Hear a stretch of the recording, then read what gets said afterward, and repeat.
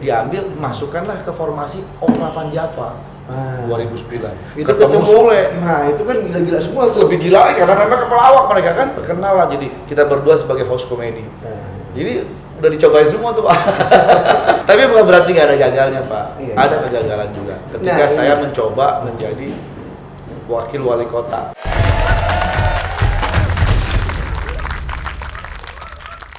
Ya saya mengalami kegagalan juga itu. Ada, ya. Itulah perjalanan hidup, jadi kalikunya ada. Nah, kita kembali ke titik nol. Sebelum jadi penyanyi, Ya. awal-awal 96 ya kalau nggak salah. Ya. Apa perjuangannya? Sehingga kan gini, aku lihat ini anak tangga nih. Iya betul. Pertama penyanyi, kedua dapat tawaran di TV, terus ada film juga ada ya. Film ada. Terus terjun ke dunia lawak yang dari beberapa TV ya, Trans TV, ke net, kemana. Nah, tapi yang paling titik nolnya ini, waktu jadi penyanyi awal sulit nggak? Ya, jadi bicara titik terendah nih Pak, semua orang pasti ada. Ya ibaratnya kan kita habis lulus sekolah lagi ini Iya. lagi, nah mau mencari bentuk gue mau jadi apa nih? Iya, jati diri kita apa sih, kita sepengennya apa sih, kan itu Iya. ada ya titik-titik di mana masa-masa itu ada, yaitu ketika sebetulnya gini, yang menjadi kekuatan saya kenapa saya mau survive, mau menjadi seseorang itu ketika ayah saya meninggal. Ayah saya meninggal di usia saya masih cukup muda, 19 tahun waktu itu saya 19 tahun, baru pertama kali masuk kuliah, tiba-tiba ya Allah berkehendak lain, ayah meninggal, kami tidak ada kepala keluarga yang mencari nafkah kan. Iya. Sementara saya baru mulai kuliah yang butuh biaya kuliah, adik-adik saya 3. Ya, bismillah, disitulah yang membuat saya akhirnya mau nggak mau saya yang harus menjadi pengganti ayah, karena saya anak paling besar, ya kan. Pada saat itu saya nggak kepikiran, saya mau bagaimana, apa yang harus saya lakukan. Pokoknya saya cuman bismillah aja, mudah-mudahan di balik ini semua, di balik musibah ini semua ada sesuatu jalan terang. Ya udah, setelah semua kelewatkan, masa-masa sedih itu udah lewat, saya mulai bilang sama ibu saya, Mam, saya mau kerja. Padahal pada saat itu saya masih kuliah. Saya bilang, kamu kuliahnya gimana? Nggak apa-apa, saya kuliah sambil kerja. Biar nanti biaya kuliah saya yang biayai. Kami dari keluarga sederhana, ayah meninggal tidak meninggalkan warisan apa-apa, hanya rumah kecil tipe 36 yang cicilannya pun belum lunas. Jadi tidak ditinggalkan apa-apa. Nah, saya bilang, ibu saya mau kerja. Kamu tapi masih kuliah, belum ada pengalaman kerja, nggak apa-apa, jadi apapun yang penting saya kerja. Nah, saya diterima di bank. Gaji saya pada waktu itu 350.000 sebagai back office, clearing man. Bapak tahu nggak waktu itu ada clearing man? Zaman-zaman yang anterin warkat. Iya, warkat. Kalau ada transferan duit. Itu transferan duit. Nah, bagian clearing yang ngurus ke bank. Ke Bank Indonesia. Ya saya kerja sebagai itu, gaji 350.000 untuk mencari tambahan, saya lembur. Sampai jam 12 malam supaya saya bisa dapat lebih lah. Nah, uang itulah yang saya manfaatkan untuk bayar kuliah, untuk biaya rumah tangga ibu yang bantuin ibu untuk kebutuhan sehari-hari. Terus saya di kuliah itu sambil saya ngeband. Jadi 3 waktu itu saya jalani, kuliah, kerja, dan ngeband. Karena Stinky pada waktu itu sudah mulai merintis, walaupun belum ke dunia profesional, kita masih band-band sekolahan, tapi kita serius nih, pengen punya cita-cita punya band yang top gitu loh. Nah waktu itu, waktu saat ngeband itu udah nyanyi kah atau pegang alat musik? Saya dulu pemain drum. Oh, pemain drum. Pemain drum dulu.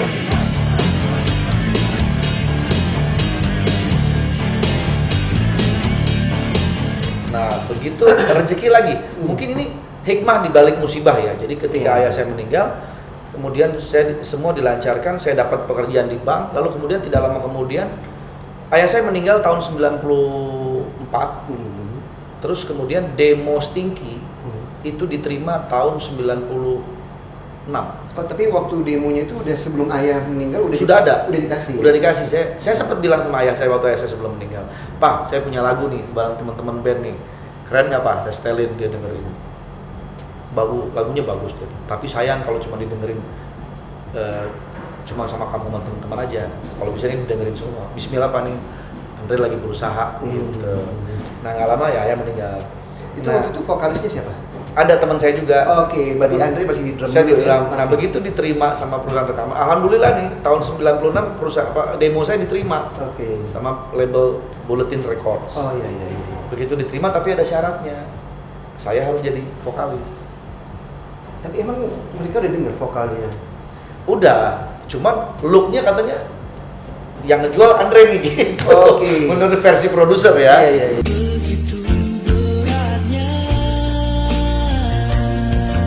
Ya biasalah kalau orang berbisnis mungkin ada hitung-hitungan seperti itu. Ya udah akhirnya saya tukeran posisi jadi vokalis saya jadi drummer.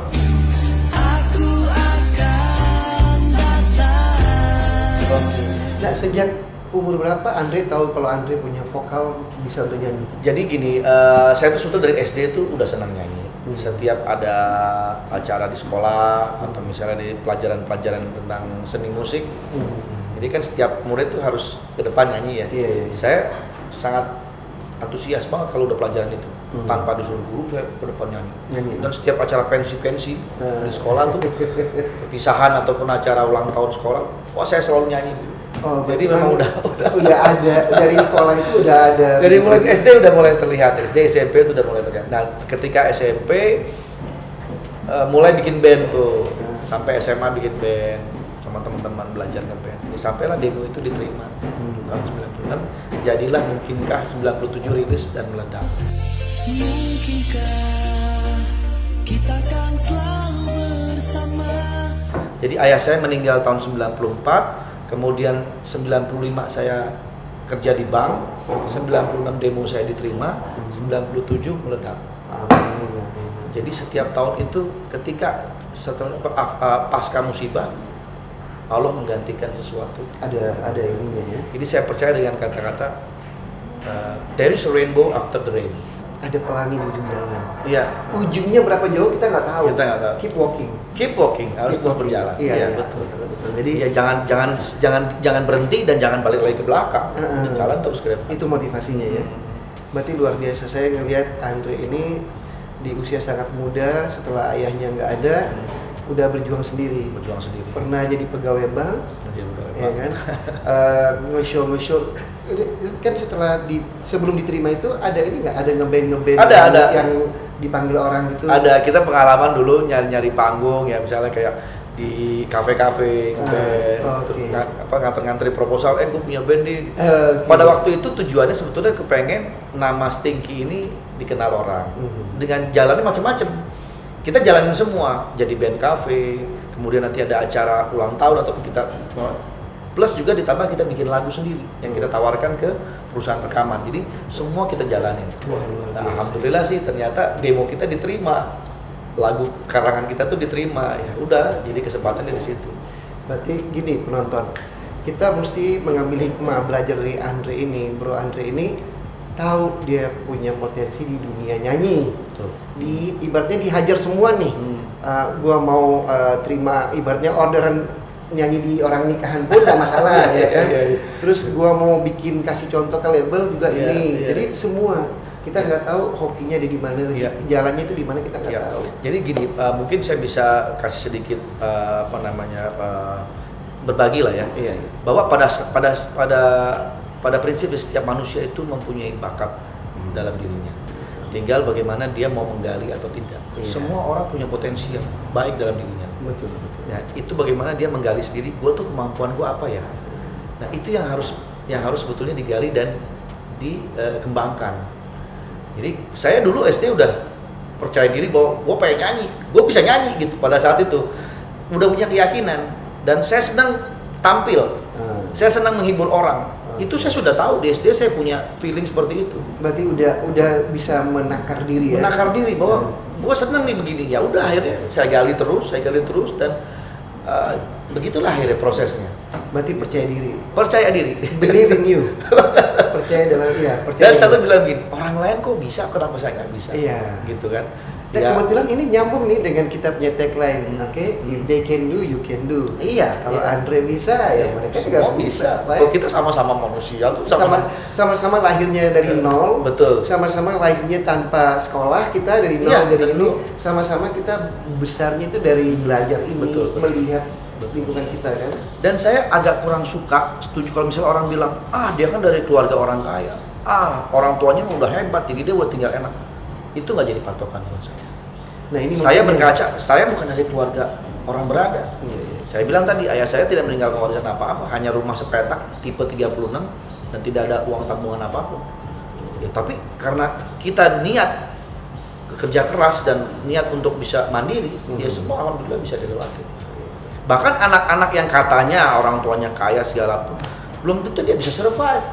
Karena ketika, mungkin yang kaya orang tuanya, ketika sampai ke dia, apakah dia bisa mampu memanage atau dan lain-lainnya kan? Nah ini mungkin penonton nggak banyak tahu ya, mungkin banyak yang melihat Andre ini udah ibaratnya udah barang jadi lah. Ya udah segala sesuatu udah dapat lah, udah ada transferan dari mungkin keluarganya udah kaya, udah jalannya udah mulus, ternyata nggak begitu ya. Ternyata nggak begitu. Pernah dengar pepatah ini nih, menarik nih. Pepatah ini menarik banget nih. Kalau kamu terlahir miskin, bukan salahmu. Bukan. Kalau kamu mati miskin, itu salahmu. Ya setuju. Iya kan? Benar nggak apa loh ada miskin? Iya. Ya berusaha dong. Iya, gitu. Jadi ini hal yang menarik. Ini hal yang menarik. Bukan ini motivasi ya, bukan Kita mau menjudge ini ya, enggak ya. Iya, bukan meremehkan. Ini Bukan meremehkan. motivasi. Iya. Ini buat kita semua nih. Iya. Ibaratnya kalau kamu terlahir miskin bukan salah kamu. Iya. Tapi kalau kamu mati miskin itu salah kamu. Nah, that's motivation. Iya. Ini yang kita mesti tarik. Ini apa kata-kata motivasi ini, dan saya yakin setiap manusia bisa merubah nasibnya. Bisa. Perkara nanti sukses apa, perkara nanti levelnya sampai mana, itu memang berbeda-beda. Tapi setidaknya membawa perubahan dan itu kamu bangga sama dirimu sendiri. Iya. Karena kamu sudah melakukan sesuatu yang dari nol Betul. jadi sesuatu. Betul. Gitu. Saya pun jujur ya, saya di bidang perfilman ini udah mau 30 tahun lah. Oke. Saya tidak pernah nyangka bahwa saya bisa membawa sebuah acara gitu. Tapi saya terjun aja. Kenapa? Karena ini saatnya saya membuat sebuah jalan ke arah digital. Iya. Kalau nggak sekarang kapan lagi? Ini Betul. kita start dari sekarang bener banget. Iya, makanya. Kita udah memprediksi ke depan nanti Iya. dunia semua akan ke digital. Nah, dan nanti di channel saya bukan cuman ini ada success story, tetapi saya juga membangunkan ada beberapa film, Iya, film-film iya. saya masukin ke sini Iya. juga. Saya rencana mau bikin web series juga. Keren. Jadi biar Keren. follower kita, subscriber kita tuh ada sesuatu lah Iya, iya. di channel ini. Dan ini mungkin tips juga, banyaklah berteman dengan orang-orang baik. Betul. Karena relationship itu penting. Iya. Ya, ada istilah bilang, Nabi Muhammad dulu pernah mengatakan bahwa silaturahmi itu membuka pintu rezeki. Betul. Maka bersilaturahmilah. Banyak teman banyak rezeki. Banyak teman banyak rezeki. Tapi tetap pilih-pilih teman juga ya. Iya. Jangan teman yang negatif kita temenin juga. Iya, gitu. kita harus pilih lingkungan. Kita harus pilih lingkungan. Betul. Karena rezeki kita bisa saja dari mereka-mereka itu. Betul. Ya saya mungkin bisa menjejakkan kaki di dunia akting karena kenal Pak Syangkar. Pak Syangkar kasih saya kesempatan untuk bermain sinetron. Akhirnya saya bisa bermain sinetron. Hari ini sebaliknya ya. Saya dibantu loh sama Bro Andre. Yuk kita collab Sama-sama. apa Bro Andre Sama-sama. bantu. Yang pertama Bro Raffi, terus Ya. ada Bro Baim, kemudian ada Paula. Keren loh Pak Syangkar nih, udah 33.000 subscriber. Iya, bener deh. Mantap loh, mantap. Maju terus. Pekerjaannya Andre ini itu kan menghibur, khususnya ngelawak, menjadi obat apa ya? Kayak obat panjang umur nggak, obat sehat nggak? Ibaratnya kan kerja tapi kerjanya ketawa melulu, itu kan bagus kan? Apa namanya, plus minusnya ada. Ada plus minusnya. Jadi begini.